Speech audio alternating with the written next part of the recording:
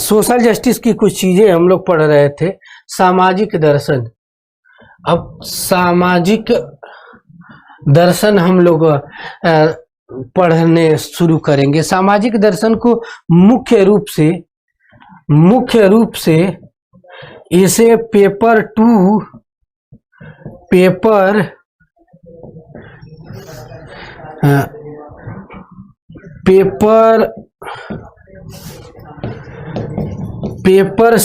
के तहत पढ़ाया जाता है। इसके 2 आयाम होते हैं, एक में धर्म दर्शन को पढ़ा जाता है और दूसरे को सामाजिक एवं राजनीतिक दर्शन पढ़ा जाता है।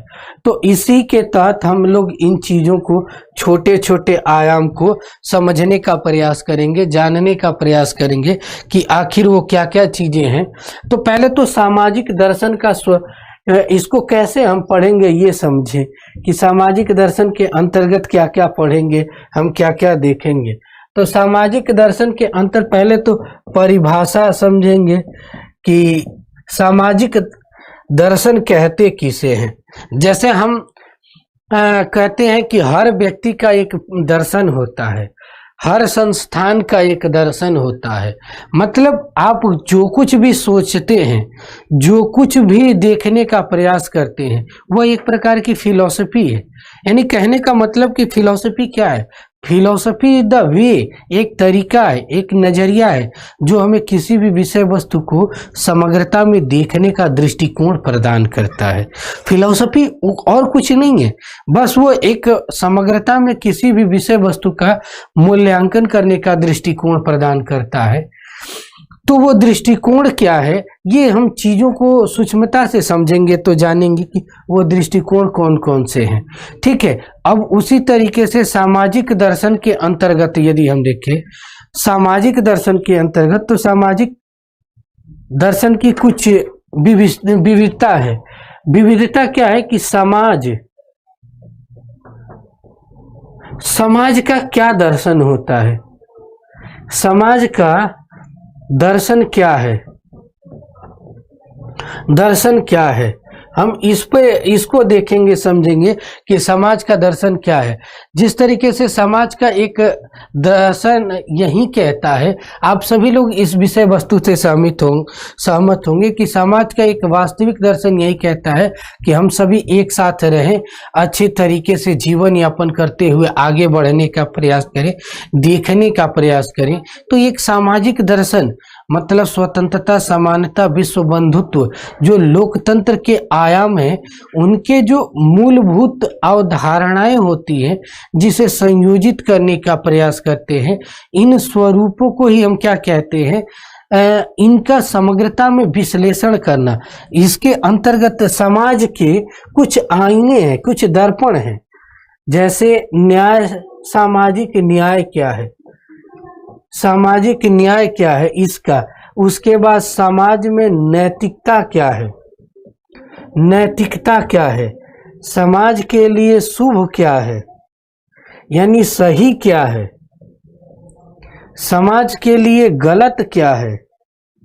यानी कहीं ना कहीं आप देख रहे हैं कि सही, गलत, उचित, अनुचित के जो प्रावधान हैं, इन सभी विषय वस्तुओं का समग्रता में वर्णन कर समझने का जहां प्रयास किया जाता है, जिस आयाम से देखने का प्रयास किया जाता है, उस आयाम को ही हम क्या कहते हैं, सामाजिक दर्शन। ये तो हो गई परिभाषा, ये तो हो गई छोटी सी संक्षिप्त वर्णन। अब इसके साथ कुछ अन्य पहलू भी है जिसे हम देखने जानने का प्रयास करेंगे कि समाज कैसा है। यानी दर्शन के अंतर्गत दूसरी अवधारणा क्या आएगी, दूसरी अवधारणा क्या आएगी, समाज का स्वरूप कैसा है। सॉरी, समाज का स्वरूप कैसा है, समाज का स्वरूप कैसा है। यानी कैसा है, यानी समाज लोकतांत्रिक होगा, लोकतांत्रिक होगा तो उसका अलग स्वरूप होगा। यदि समाज राजतांत्रिक होगा तो उसका स्वरूप अलग होगा। यदि समाज धर्मतंत्र पर आधारित होगा, धर्मतंत्र पर आधारित होगा तो उसका स्वरूप अलग अलग होगा। जैसे लोकतंत्र, जैसे भारत के परिप्रेक्ष्य में देखें तो भारत एक लोकतांत्रिक देश है, लोकतंत्र ही इसका वास्तविक आधार है। यानी भारत के परिप्रेक्ष्य में देखा जाए, भारत के परिप्रेक्ष्य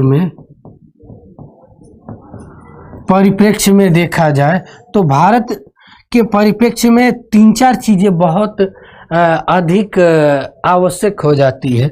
यानी यह एक धर्मनिरपेक्ष राज्य है, धर्मनिरपेक्ष या पंथ निरपेक्ष राज्य है।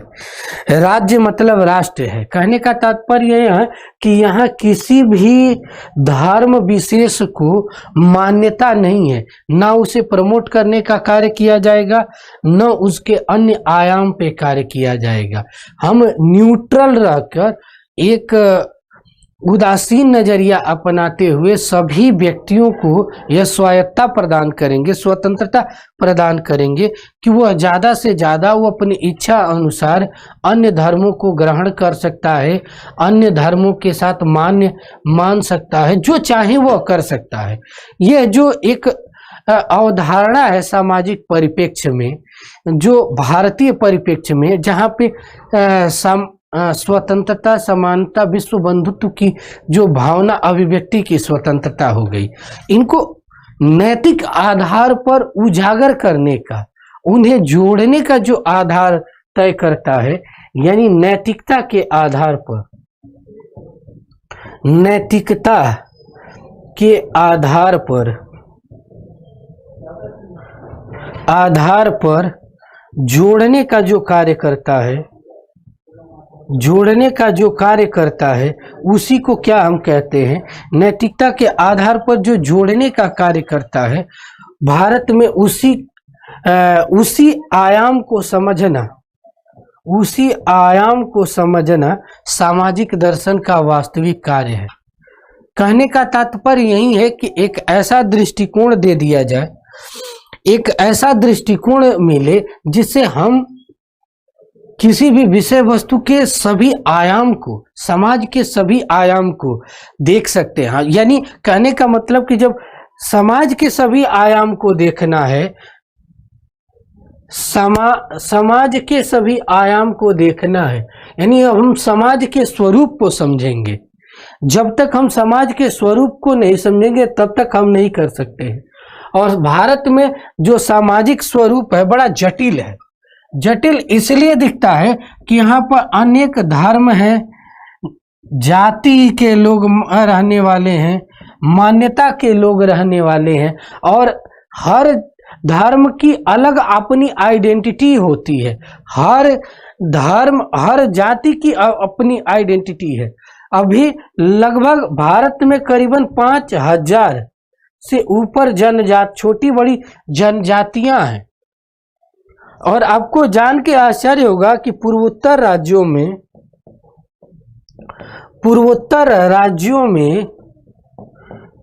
राज्यों में यदि समग्रता में देखा जाए तो बहुत सी जनजातियां हैं, जैसे गौरी, खासी, जंतिया।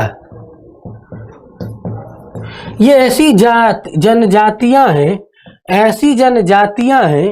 जिनका अपना तरीके की हर चीज है, अपनी मान्यता है, अपनी संस्कृति है, अपने हर चीज, खान पान, रहने का, जीने का, सभी का तरीका अपना अपना अलग अलग है। कहने का तात्पर्य यही है कि इन जातियों के साथ सभी को एक रूप में लेकर एक समग्र दृष्टिकोण बनाना भारत के लिए बहुत ही चैलेंजिंग काम है। और इस चैलेंज को एक ही वस्तु ऐसी हो जो एक सूत्र में बांध सके। आप लोग बताएंगे कि वह कौन सी सूत्र हो सकता है जो इतनी विविधता के बाद भी संपूर्ण भारत को एक सूत्र में बांध के रखा है। इतनी विविधता के बाद भी एक चीज है जो सभी को बांध कर रखा है, वह है राष्ट्रीयता, राष्ट्रीयता की भावना। कहीं ना कहीं हमें धर्म जाति अन्य आयामों से ऊपर उठकर हम ये चीज में तो कंसंट्रेट रहते हैं, और वो कंसंट्रेशन किस पे है, हम राष्ट्रीयता के परिप्रेक्ष्य में देखें तो हम एक जगह थोड़ा सा कंसंट्रेट होते हैं, नहीं तो हम सभी अलग अलग हैं।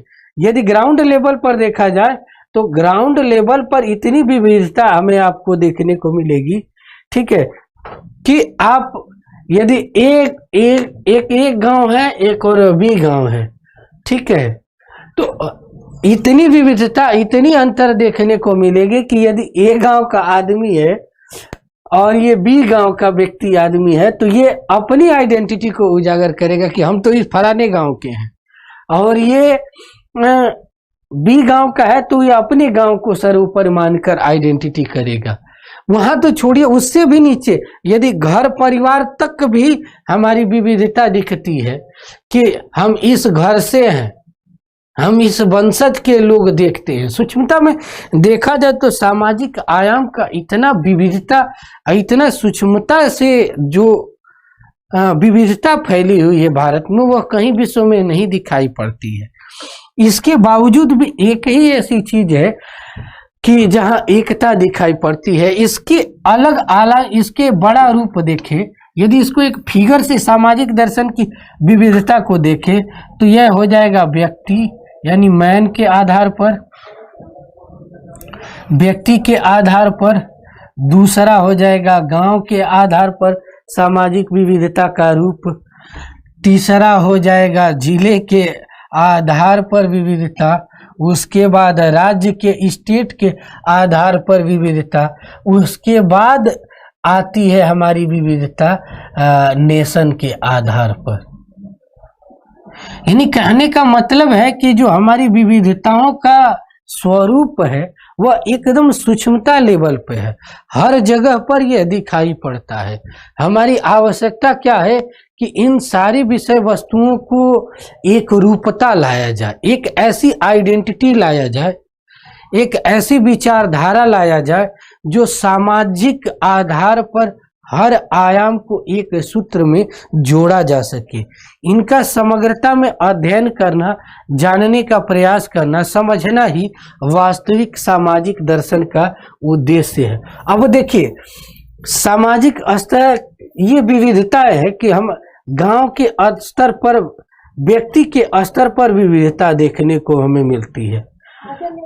हर व्यक्ति की एक अपनी फिलॉसफी है, हर व्यक्ति की अपनी एक फिलॉसफी है, अपनी फिलॉसफी के अनुसार ही वह आचरण करता है, देखने का प्रयास करता है, जानने का प्रयास करता है। तो उन प्रयासों को समझना, जानना भी जरूरी है, और उन्हें एक सूत्र में राष्ट्रीयता की भावना यानी समाज की भावना के आधार पर एक समाज के रूप में, एक समाज के रूप में जोड़ना अति आवश्यक हो जाता है। उसको देखना जानना भी बहुत आवश्यक है। इनको भी देखने का प्रयास करने की आवश्यकता है। दूसरा, ग्रामीण स्तर पर भी ये विविधता देखने को मिलती है कि किस तरीके से एक दूसरे से अलग होते हुए अब समाज दर्शन करता क्या है। आप देख लिए कि इतनी विविधताएं हैं हमारे यहाँ, हर व्यक्ति की अपनी आइडियोलॉजी है, बोलने की भी आइडियोलॉजी है, सोचने की भी आइडियोलॉजी है। यानी वैचारिक जो स्वतंत्रता का भाव है उसके आधार पर हमारी जो विविधता देखती है थोड़ी सी ज्यादा हो जाती है। और जब ये विविधता ज्यादा हो जाती है तो एक चीज है कि इन विविधताओं में, विविधता में एकता, विविधता में एकता का जो भाव है, एकता का जो भाव है उसको ही समझना, विविधता में एकता का जो भाव है उसको समझना ही वास्तविक कार्य है सामाजिक दर्शन का। यानी सामाजिक दर्शन का प्रमुख कार्य क्या है? सामाजिक दर्शन का प्रमुख कार्य यदि देखा जाए तो प्रमुख कार्य क्या है समाज में विविधता में एकता के भाव को सूक्ष्मता से अवलोकित कर एक समग्र दृष्टिकोण प्रदान करना ही सामाजिक दर्शन का वास्तविक उद्देश्य है। इसी को हम अलग अलग आयाम से समझते हैं, इसीलिए इसके अंतर्गत जो विविधताएं हैं, भारत में ये जो विविधताएं निकल कर आती है, अब विविधता किस किस आधार पर है, तो हम भारत में विविधता के आधार यदि देखें, भारत में विविधता के आधार देखें तो एक बात तो सीधा सीधा कहा जा सकता है कि भारत में जब हर व्यक्ति की अलग मान्यता है, हर चीज सोचने का तरीका, हर चीज अलग अलग है, तो यह स्वाभाविक है कि उसकी विविधता भी उतनी ही अधिक होगी। अब उस अधिकता में यदि हम देखें, उस अधिकता के अंतर देखें तो हमें जातिगत विविधता मिलती है, जातिगत विविधता देखने को मिलती है, विविधता मिलती है कि हम ब्राह्मण हैं तो क्षत्रिय हैं तो वैश्य हैं तो शूद्र हैं, यानी सबकी अपनी अपनी एक आइडियोलॉजी बना रखे हैं, सब अपनी अपनी एक ना जाति की दुकानदारी के रूप में है। इसी आइडियोलॉजी के ही चक्कर में तो 2-3 दिन पहले सुप्रीम कोर्ट की निर्णय में ये सुप्रीम कोर्ट ने पूरी भारतीय सरकार, भारतीय जनता को एक फटकार लगाया था कि कहीं ना कहीं आजादी के 75 साल बाद भी हम लोग जातिगत आधार पर अभी भी बटे हुए हैं। क्या इसे दूर करने की आवश्यकता नहीं है? इस विविधता को दूर करना बहुत जरूरी है। इस जातिगत विविधता का भी एक अपना खुद का दर्शन है, और वो दर्शन यही कहता है कि हम श्रेष्ठ हैं, तुम निम्न हो।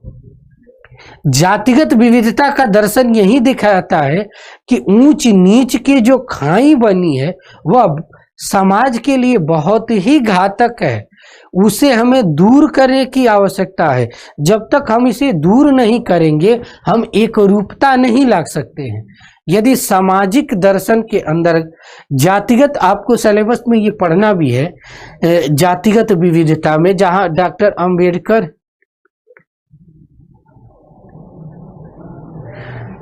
देखो रिपीट यही मैं कर सकता हूं कि जातिगत विविधता का एक आधार है, यानी वो आधार क्या है?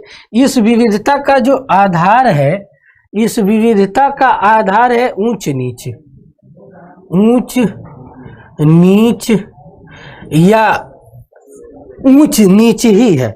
हम ऊंची जाति के हैं, तुम नीची जाति के हो। अब इस विविधता को वास्तविक रूप से समझने का कार्य कौन करता है? तो वह दर्शन करता है।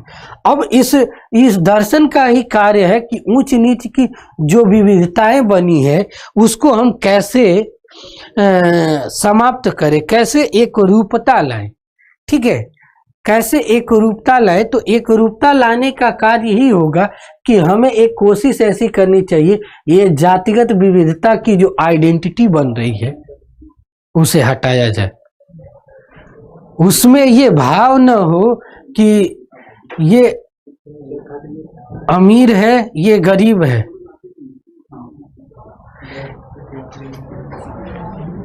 ठीक है, ये सारी जो विविधताएं हैं तभी ये समाप्त हो सकती है जब हम इन सब में क्या कर रहे हैं, सब में एक रूपता ला लें, सब में एक रूपता ला ले, यानी जातिगत जो अवधारणाएं है उसको हम पूरी तरीके से खत्म कर दें। माने ही न कि जाति होती है, हम ये स्वीकार ही न करें किसी भी दशा में कि ये अलग अलग जाति है। हम एक रूपता ऐसी लगा दें कि एक ही जाति है, एक ही सारी चीजें करती है, तो ऑटोमेटिक ये जातिगत विविधता खत्म हो जाएगी। जो ऊंच नीच की विविधता है वो खत्म हो जाएगी, और इसको खत्म करना ही जातिगत विविधता के दर्शन का वास्तविक उद्देश्य है। यानी अब समझ में आया होगा आप लोगों को वास्तविक रूप से अब परिभाषा थोड़ी सी स्पष्टीकरण की तरफ आगे बढ़ेगी कि सामाजिक दर्शन क्या है। तो सामाजिक दर्शन एक ऐसी विचारधारा है जो समाज में फैली विविधता का सूक्ष्मता में अवलोकन करने का प्रयास करता है। सामाजिक दर्शन क्या है? समाज में फैले विविधता का सूक्ष्मता में अवलोकन करता है और उनकी जो विविधता के निगेटिव पॉइंट हैं उन्हें दूर कर वास्तविक दृष्टिकोण लाने का प्रयास करता है। यही सामाजिक दर्शन का वास्तविक कार्य है। यानी हमने परिभाषा समझा कि क्या परिभाषा है, दूसरा हमने इसके कार्य को समझा कि इसका वास्तविक कार्य है क्या है। अब ये विविधता कई जगह पे हो सकती है, ये जो विविधता देख रहे हैं अब कई में हो सकती है। जैसे अभी आप जातिगत विविधता देखें, दूसरी विविधता क्या देखें, दूसरी पहली जातिगत विविधता देखें, दूसरी विविधता क्या है, लिंग के आधार पर, लिंग के आधार पर विविधता, यानी जेंडर के आधार पर, जेंडर के आधार पर भारत में भी विविधता देखने को मिलती है।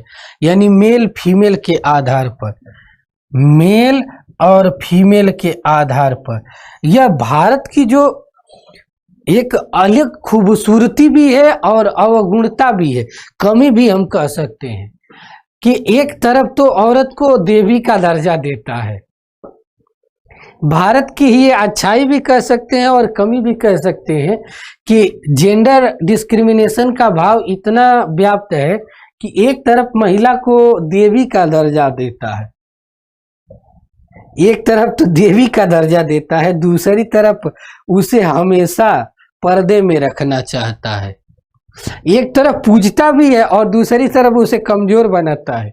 इसीलिए एक वेस्टर्न थिंकर ने उन्हें बहुत अच्छी बात कहा था कि औरत पर्दे में पैदा होती है और पर्दे में लिपट कर चली जाती है। तो इस सामाजिक जो जेंडर के आधार पर जो विविधता है, इसको समाप्त करने का क्या कारण हो सकता है, इसे किस आधार पर हमें बदलना होगा। तो इसके भाव को समझाने वाला कोई चीज है तो वो है सामाजिक दर्शन का ही कार्य है। और सामाजिक दर्शन करता क्या है, अब यहाँ से देखिए, ये जेंडर जो डिस्क्रिमिनेशन का आधार है, लिंग भेद का जो है, अब इसको सुदृढ़ करने का एक ही कारण हो सकता है, एक ही कारण हो सकता है सुदृढ़ करने का, दृढ़ करने का, और वो है, वह कारण है कि जागरूकता के माध्यम से तथा ये पूर्ण मतलब संविधान केंद्र के स्तर पर, राज्य के स्तर पर कुछ ऐसे कानून बनाया जाए जो जेंडर डिस्क्रिमिनेशन होता है वो समाप्त हो जाए और नारी को पूर्ण हर कार्य करने की स्वतंत्रता प्रदान किया जाए। वो अपने डिसीजन लेने के, अपने हर कार्य करने के प्रति वह ईमानदार बने, वह आगे बढ़े। तो लिंग के आधार पर जो विविधता थी उसको एक ही आधार पर समाप्त किया जा सकता है, एक ही तरीके से समाप्त किया जा सकता है, और वो तरीका क्या है कि एक रूपता लाकर हम मेल फीमेल की जो विविधता है उसे समाप्त कर सकते हैं। मतलब इक्विलिटी के आधार पर हम कह दें कि मेल और फीमेल में कुछ जरूरत नहीं है, वो दोनों समान है, वह दोनों कार्य कर सकते हैं समान रूप से। अब आज़ादी के 75 साल बाद भी हमारे यहाँ कहते हैं कि 77% हम लोग एजुकेटेड हैं, यहाँ औरतों को देवी का दर्जा प्राप्त है, उसके बावजूद भी बड़ी दुख की बात है कि 49% यानी 51, पहले तो यहीं पे दिख जाएगा 51% पे 49% इनकी संख्या है, तो यहाँ भी अंतर इनको कम रखा गया है। इसमें से भी मात्र 6 से 7 ही % महिलाएं हैं भारत में जो मुख्य रूप से शैक्षणिक या अन्य क्षेत्रों में कार्यवाहक के क्षेत्र में आ रही हैं। तो मतलब कहीं ना कहीं अभी भी एक बहुत बड़े तबके को हम लोग क्या पर्दे के आड़ में ही अच्छा देखना पसंद करते हैं। यानी औरत को हम पर्दे में ही देखना अच्छा पसंद, पर्दे में कहने का मतलब कि घर के अंदर ही अच्छी लगती है। ये जो मानसिकता है, ये जो मानसिकता है औरतों के प्रति, उसे हमें बदलना होगा। बिना बदले यह संभव ही नहीं है कि इस विविधता को, इस निकृष्ट मानसिकता को दूर किया जाए। और इसके भाव को कौन समझाता है?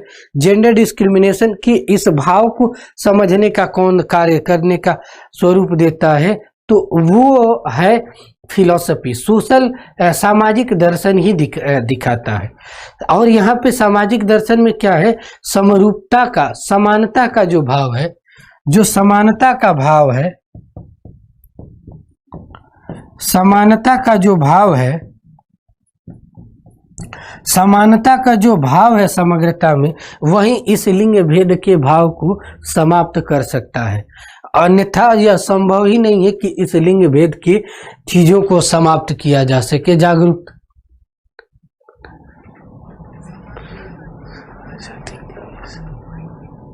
आजादी कहीं नहीं है, ठीक है। आजादी की परिभाषा ही अलग अलग है। उस आधार पर देखिए, यानी समानता के आधार पर देखिए, तीसरी विविधता हमें दिखाई पड़ती है।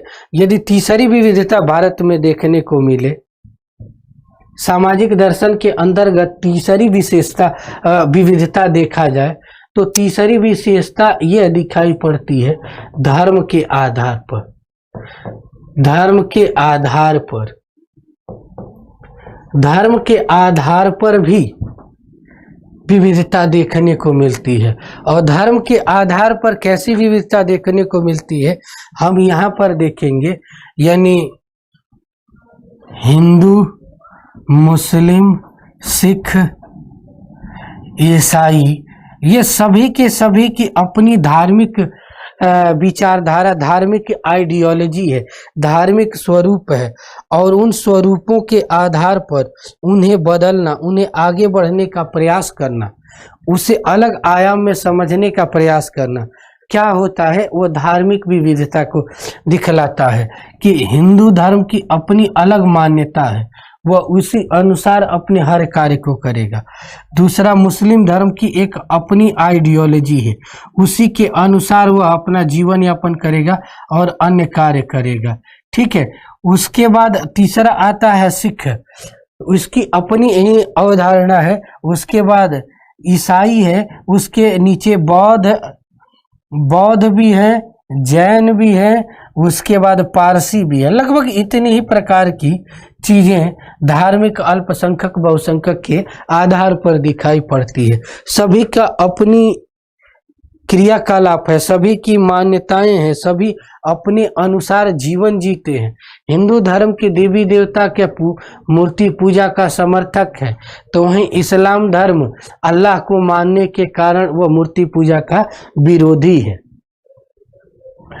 हिंदू धर्म की मतलब लगभग 33 करोड़ देवी देवताओं का प्रचलन है, तो यहाँ पर एकेश्वरवाद की अवधारणा दिखाई पड़ती है, जहाँ एक ही देवी देवता को आधार बनाकर चला जाता है। सिख धर्म में एक ही माना गया है। सिख धर्म में सेवा ही समर्पण है, सेवा ही वास्तविक पूजा है। वास्तविक पूजा यानी पूजा का वास्तविक स्वरूप कहाँ से दिखाई पड़ता है? तो वो सेवा भाव में। वास्तविकता देखा जाए तो पांचों सभी धर्मों में यदि समर्पण व सेवा धर्म का जो भाव कहीं समग्रता में विशेष रूप से दिखाई पड़ता है, तो वो दिखाई पड़ता है सिख धर्म में ही। सिख धर्म में ही आपको, सिख धर्म में ही समर्पण और सेवा का भाव उत्कृष्ट रूप से दिखाई पड़ता है। तो कहीं ना कहीं हमें ऐसे आयाम को अपनाने की जरूरत है, देखने की जरूरत है, जिससे ये इस विषय वस्तु को अलग अलग तरीके से करके न देखे, एक रूपता में लागू करे। अब हमारा दर्शन क्या करता है? सामाजिक दर्शन का कार्य क्या है? यहाँ सामाजिक दर्शन का कार्य क्या हो जाता है?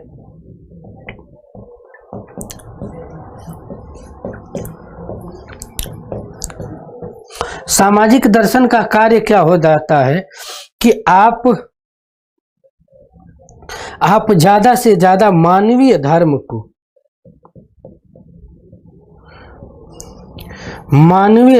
को बढ़ावा देना, मानवीय धर्म को बढ़ावा देना, मानवीय, यही फिलॉसफी कहती है कि मानवीय धर्म को बढ़ावा दीजिए, उसके सारे आयाम ऑटोमेटिक सुधर जाएंगे। यदि हम मानवीय धर्म को बढ़ावा नहीं देंगे तो यह संभव ही नहीं है कि सारे धर्म में एक रूपता आ सके। और यही जो हर धर्म की कुछ अच्छाइयाँ हैं उनको निकाल कर मानवीय धर्म के अंतर्गत विश्लेषण जो करता है कि ये अच्छाइयाँ हैं, मतलब हिंदू धर्म में जो उदार दृष्टिकोण है ये बहुत ही अच्छा है। सिख धर्म में जो सेवा का धर्म है, सेवा ही वास्तविक धर्म है, ये एकदम मानवीय गुण का वास्तविक परिणाम है। इन सभी धर्मों से कुछ कुछ अच्छाइयाँ निकाल कर एक जगह इकट्ठा करना, एक में सम्मिलित करके देखने का जहाँ प्रावधान किया जाता है, उस आयाम को ही हम क्या कहते हैं? सामाजिक दर्शन कहते हैं। कहने का तात्पर्य यही है कि सामाजिक दर्शन का एक जो स्वरूप है बहुत ही व्यापक है। लगभग विश्व के सभी धर्म, जितनी विचारधाराएं हैं, यानी एक लाइन में यदि कहा जाए तो विश्व की जितनी भी विचारधाराएं हैं, सामाजिक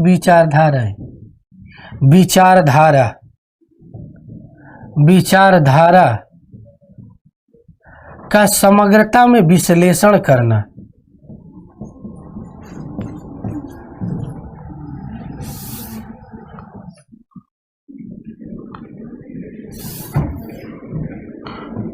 समग्रता में जहां विश्लेषण किया जाता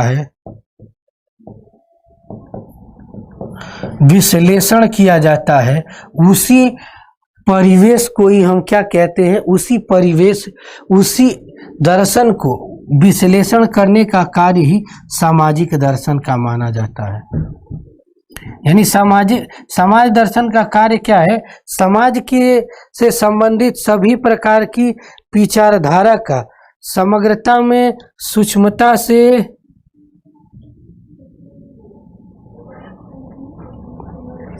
मूल्यांकन करना ही वास्तविक धर्म माना जाता है, वास्तविक उद्देश्य माना जाता है। कहने का मतलब यही है कि इस लेवल तक उसके हर छोटे छोटे आयाम को समझना, देखना ही वास्तविक कार्य है समाज दर्शन का। तो हमने आज 3 प्रकार की जातिगत विविधता को समझने, परिवेश को समझने का प्रयास किया था। उस परिवेश में हमने क्या समझा?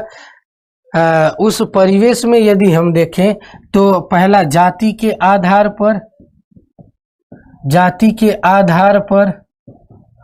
दूसरा धर्म के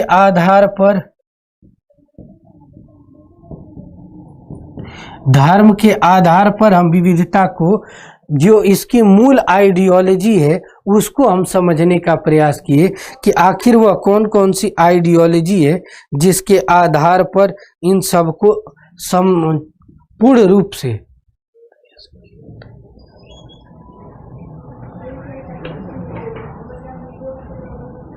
यस सर, वह यूपीएससी की ही तैयारी है। जो लोग भी इस बार यूपीएससी दे रहे हैं सोशल फिलॉसफी से, जो यूपीपीसीएस देंगे उनके लिए, जो बीपीएससी देंगे उनके लिए, नेक्स्ट में सोशल जो पॉलिटिकल फिलॉसफी का कंसेप्ट है उनके हर छोटे छोटे रूपों का समग्रता में विश्लेषण करना बहुत जरूरी हो गया है। जब तक हम विश्लेषण नहीं करेंगे तब तक ये संभव ही नहीं है कि हम इनके सारे आयाम को समझ लें। यानी सामाजिक दर्शन यानी समाज दर्शन का कार्य ही क्या है कि भारत में फैली भारत में छोड़िए, समाज में फैली सभी विविधताओं को एक स्वरूप में समझना, उनके हर आयाम को समझना, ठीक है, उनको हर रूप में समझना, ठीक है, उन स्वरूप को समझना ही वास्तविक उद्देश्य है। जो लोग भी फिलॉसफी ऑप्शनल पढ़ना चाहते हैं यूपीएससी के लिए, वो आप लोग ये दिए हुए एक नंबर है, मैं वो बता देता हूँ, उस पर बात करें, आप लोग को मिल जाएगा 61, आपको डिटेल्स मिल जाएगी। या मेरा एक कोड है AVDE, इससे लेंगे AVDE 10। यदि इससे भी कोई भी कोर्स खरीदते हैं तो 10% का एक्स्ट्रा आपको डिस्काउंट मिल जाएगा। ये एक नई चीज है एग्जामपुर की तरफ से, बच्चों को ज्यादा से ज्यादा लाभ लेने का, ठीक है। तो आप लोग इस कोड को जरूर यूज करके खरीदिएगा, आप लोगों को विशेष लाभ मिलेगा, ठीक है। अब बात कुछ चीजें आती है, उसे हम देखते चले। जाति के आधार पर, धर्म के आधार पर ये सारी विचारधाराएं हमें देखने को मिलती हैं सामाजिक दर्शन के अंतर्गत। अब कुछ चीजें हैं, हम वो देखें, वो क्या है कि हम धर्म के आधार पर देखें। हम अब ना एक छोटे आयाम में यदि कहें, यहाँ पर हम देखें इस विविधता को, तो हम कहीं ना कहीं सत्ता के आधार पर भी विविधता दिखती है। राज्य में यानी देश में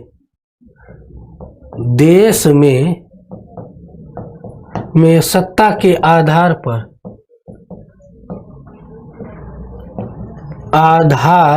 पर भी विविधता मिलती है। सत्ता के आधार पर भी विविधता मिलती है। उन सभी विविधता को समझना ही वास्तविक उद्देश्य समझने की आवश्यकता है, जानना बहुत जरूरी है। देखो अब क्या है, जैसे राष्ट्र केंद्र के स्तर पर यानी केंद्र सरकार के स्तर पर, केंद्र के स्तर पर देखा जाए, केंद्र के आधार पर देखा जाए तो एक ऐसी विविधता पाई जाती है जो विविधता पूरी तरीके से अन्य धर्मों से अलग दिखाई पड़ती है, अन्य आयाम से अलग दिखाई पड़ती है। और वह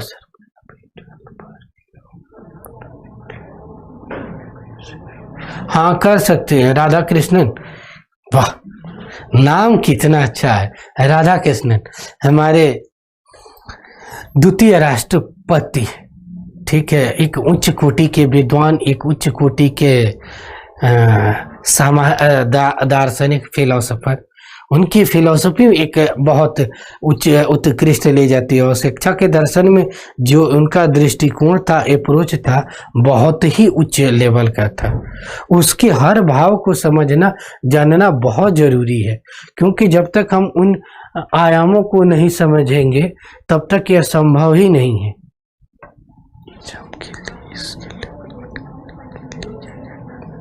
पहले एक ही काम करो, पहले ग्रेजुएशन में एडमिशन लो, जो भी 12th पास की हो, कोई भी चीज करो, साइड से आप NCERT की बुक्स पढ़ते रहो, ठीक है। ऑप्शनल जो भी लेना है उसको पढ़ो, उसकी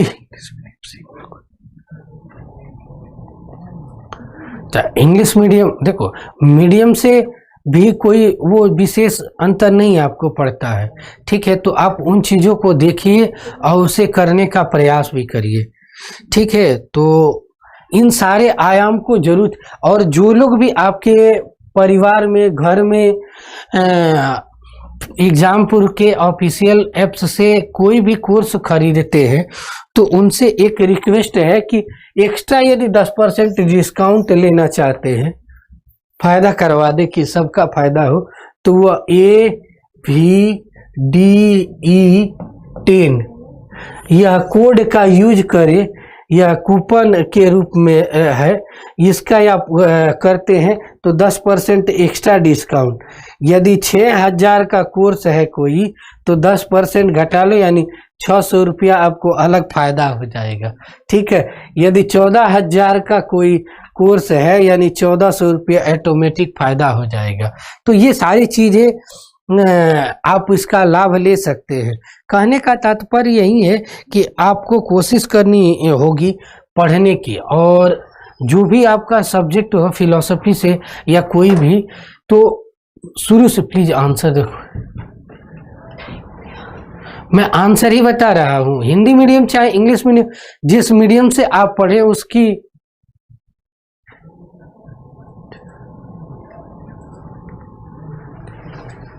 ठीक है, आपकी हर चीजें कंप्लीट हो जाया करेगी। तो जो अब देखो कुछ चीजें हैं, सोशल एंड पॉलिटिकल फिलॉसफी एक ऐसी चीज है कि जो केवल आपके ऑप्शनल के लिए ही नहीं कर रही है, ये उसके